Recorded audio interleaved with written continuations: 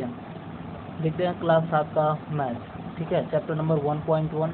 ठीक, तो जो है इस चैप्टर को हम बताने से पहले कुछ और एक थोड़ा चीज़ छूट गया था पीछे बताने के लिए, तो उसको मैं बता देता हूँ पहले, ठीक है, फिर बताते हैं आपको चैप्टर के बारे में। ठीक, तो देखते हैं कि आपको उदाहरण नंबर 3 दिया गया है। एक देखिएगा, उदाहरण नंबर 3 में आपको दिया गया है, क्वेश्चन है कि 30/42 सॉरी 30 और बटे -42 को निम्न प्रकार से व्यक्त कीजिए, जिसका है पहला क्वेश्चन है पहला मानक रूप है, ठीक है, मानक रूप।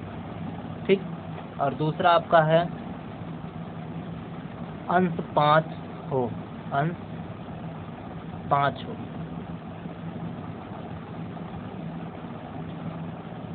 ठीक है, और दूसरा है आपका तीसरा सॉरी हर 14 हो। ठीक है, ये चीज़ आपको 3 क्वेश्चन इसमें दिया गया है। पहले एक क्वेश्चन कहा गया है कि कहा है 30/42 को निम्न प्रकार से व्यक्त कीजिए। आप उदाहरण नंबर 3 देख सकते हैं अपने पास, अगर आपके पास किताब है, ठीक है, तो नहीं है तब भी हमने क्वेश्चन बोल दिया 30/42 को निम्न प्रकार से व्यक्त कीजिए, जिसमें से पहला रूप है आपका मानक रूप, जो हमने पहले वीडियो में बता दिया है। दूसरा है अंश 5 हो, ठीक है, वो अभी बता देंगे, अगर बताए होंगे तो ठीक है, नहीं बताए होंगे तो अभी बता दे रहा हूँ मैं, ठीक है। और तीसरा है आपका हर 14 हो, ठीक है। तो पहला मानक रूप हम देख लेते हैं, बताया गया, फिर से एक बार हम चेक कर लेते हैं, कहीं दिक्कत हुआ हो तो आप लोग फिर से देख लोगे, ठीक है। तो 30/42 हम सबसे पहले लिख लेते हैं आपको ये चीज़। अब पहला चीज़ आपको ये करना है जो हमने आप लोग को बताया था कि अंश को, ठीक है, सॉरी हर को कभी भी माइनस में नहीं रखना है, कभी भी माइनस में नहीं रखना है। अगर ऐसा आता है, यानी हर अगर माइनस में रहता है तो आप उसको प्लस कर दो, यानी ऊपर माइनस को भेज दो। कैसे भेजा जाता है वो चीज़ आपको हमने पिछले वीडियो में बताया है, समवर्ग परगुण की सहायता से इसको हम ऊपर भेज देते हैं, ठीक है। आप वहाँ जाके देख सकते हैं आप, ठीक है, इस चीज़ को आप चेक कर लीजिएगा। तो हमने यहाँ पर बताया कि जो है हर जो है आपका ऋणात्मक नहीं रहता है, हमने इसको ऊपर भेज दिया, ठीक है। तो यहाँ पर अभी हमारा क्वेश्चन क्या हो गया, -30/42, ठीक है। अब ये हमारा क्वेश्चन हो गया। अब हम ये देखते हैं कि इसका मानक रूप क्या होगा। मानक रूप मतलब आपको बताया गया था छोटा से छोटा रूप, यानी सरलतम रूप देखते हैं क्या, ठीक है। तो एक चीज़, इस चीज़ को हम करने के लिए आपको बहुत ही आसान तरीके बताए थे, क्या था वो चीज़ आपको शायद याद भी होगा। हमने बताया था कि 30 और 42 दो संख्या आपको दिए गया है, 30 और 42, ठीक है ना। तो 30 को हम क्या करते हैं, यहाँ पर गुणनखंड कर लेते हैं, 30 का गुणनखंड, ठीक है।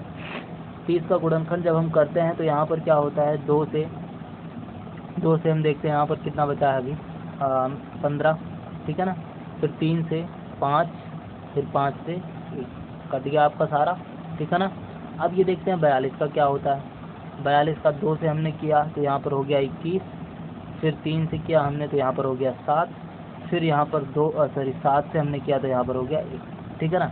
अब ये चीज़ आपको देखना था कि दोनों में कौन कौन सी संख्याएं सेम है। ये संख्याएं सेम थी तो इनको हमको काट दिया, ये संख्याएं सेम थी ये भी कट गई, बचा कौन, 5 और 7 बचा, ठीक है ना। तो 5 और 7 को हमने लिख दिया, तो 30 वाले के स्थान पे कितना लिखना है, 5 लिखना है। तो बराबर हमने लिख दिया इसको 5, सॉरी -5 है, -5 हमने लिख दिया, और 42 वाले के स्थान पे हमको लिखना है कितना, 7, ठीक है ना। याद रखना दोनों संख्याओं की जो संख्याएं कटती हैं वो आप काट दो, ठीक, जो नहीं कटती हैं उनको आप ऊपर नीचे लिख दो। बाई चांस मान लो यहाँ पर 2 संख्याएं बचती, जैसे एक और मान लो यहाँ पर 3 बच जाता, तब क्या करते हैं 5 गुणे 3 कर लेते हैं, यानी यहाँ पर 5 गुणे 3 हो जाता, 5 या 15 आप वहाँ पर लिखते हैं, ठीक है। ये आप चीज़ ध्यान दीजिएगा, नहीं तो आप उसको जोड़ दो या घटा दो, कुछ भी कर दो, यह नहीं होता, गुणा होता है, ठीक है। ये चीज़ आप ध्यान दीजिएगा। तो हमने यहाँ पर बताया आपको सरलतम रूप यानी मानक रूप, जो कि बहुत ही आसान तरीका है, आप आसानी से कर भी सकते हो कोई भी क्वेश्चन हो, ठीक है। तो यहाँ पर हमने पहला क्वेश्चन देख लिया, 30/42 को मानक रूप में चेंज करना, सॉरी हाँ मानक रूप में चेंज करना, तो हमने मानक रूप में चेंज कर लिया, ठीक है। अब देखते हैं क्या कह रहा है दूसरा क्वेश्चन। पहला आपका हो गया, दूसरा कह रहा है आपका अंश 5 हो, अंश क्या हो, 5 हो। तो देखो यहाँ पर हमने क्या किया, मानक रूप जो कितना आया था, -5/7 आया था, है ना। लेकिन क्वेश्चन तो कह रहा है मेरा 5 आए, तो हमारा यहाँ पर क्या करना है, आप -1 से ऊपर नीचे गुणा कर दो, ठीक है। तो यहाँ पर -5/7 लिख देते हैं, ठीक, -5/7 लिख देते हैं यहाँ पर।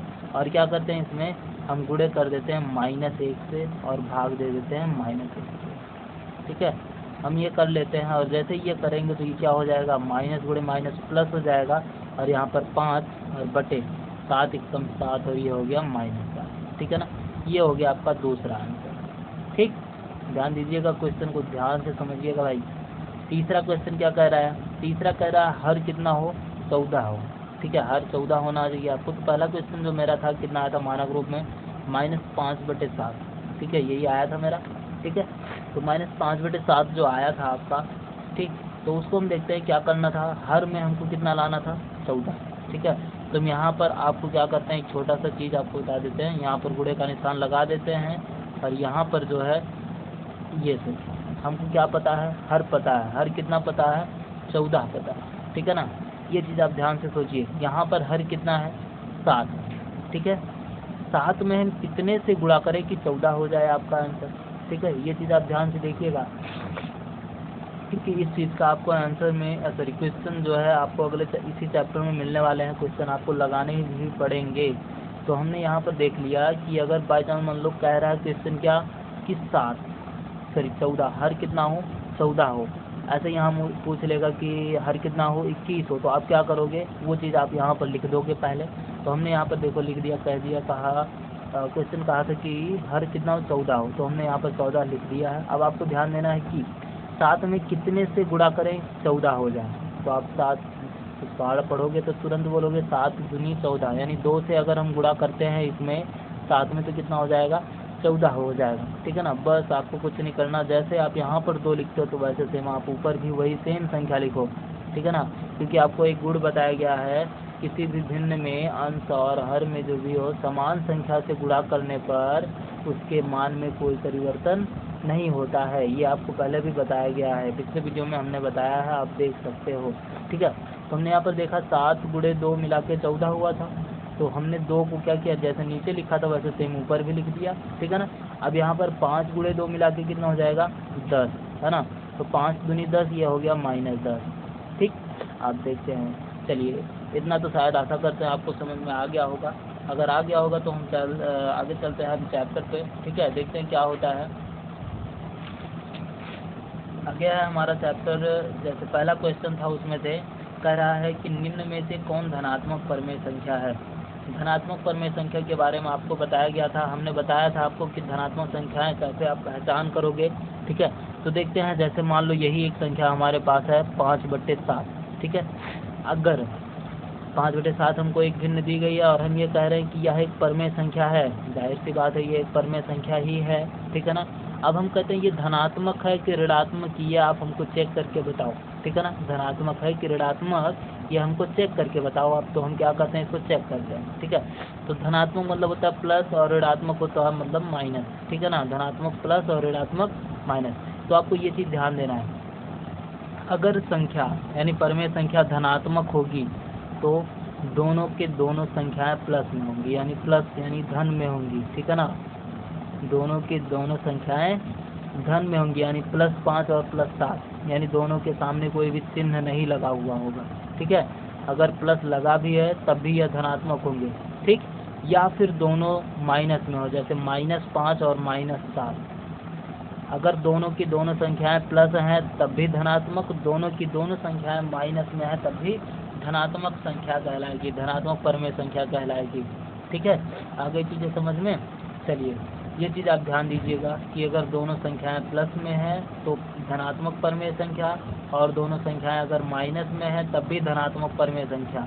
इसके अलावा अगर एक संख्या प्लस में और एक संख्या माइनस में आता है तो आप क्या करोगे, उसको ऋणात्मक परमेय संख्या दोगे नाम, ठीक है।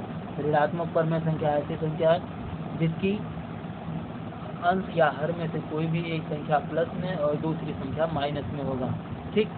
ये चीज़ आप ध्यान से रखिएगा, ध्यान में रखिएगा। और अगले क्वेश्चन का आपको बता रहे हैं हम, कह रहा प्रत्येक की कोई 3 तुल्य परमेय संख्याएं लिखिए। तुल्य 3 परमेय संख्याएं हमको लिखना है। जैसे यही संख्या हम मान लेते हैं क्या है, 5/7, ठीक है ना। 5/7 आपको दिया गया है एक परमेय संख्या, और हम कह रहे हैं कि इसके 3 परमेय संख्या लिखिए तुल्य, मतलब इसी की तुलना के अनुसार जो है 3 परमेय संख्या आपको लिखना है। वो आप कैसे लिखोगे, कौन कौन सी परमेय संख्या है वो चीज़ आपको बता दे रहे हैं, ठीक है। देखते हैं, तो जैसे इसमें तो पहला परमेय संख्या हम देख लेते हैं क्या होता है। 3 परमेय संख्या कहा गया तो हम इसको 3 बार पहले लिख लेते हैं, आसान हो जाएगा आपको बताने में भी, आपको समझने में, हमको बताने में भी, ठीक है। तो यहाँ पर हमने इसको 3 बार भी लिख लिया, 5/7 और 5/7 और 5/7 हमने 3 बार इसको लिख लिया, ठीक है। अब देखते हैं क्या होता है। हमने अभी अभी यहाँ पर आपको एक चीज़ की बताया था कि किसी भी परमेय संख्या में समान संख्या से ऊपर नीचे गुणा करने पर उसमें कोई परिवर्तन नहीं होता, ठीक है। तो वो चीज़ आप ध्यान से देखिए, यहाँ पर भी हमको वही करना है। एक को छोड़कर, संख्या जो 1 है आपका उसको आप छोड़ दो, दूसरी संख्या जो 2 है, 3 है, 4 है, 5 है, उसका उपयोग आपको यहाँ पर करना है।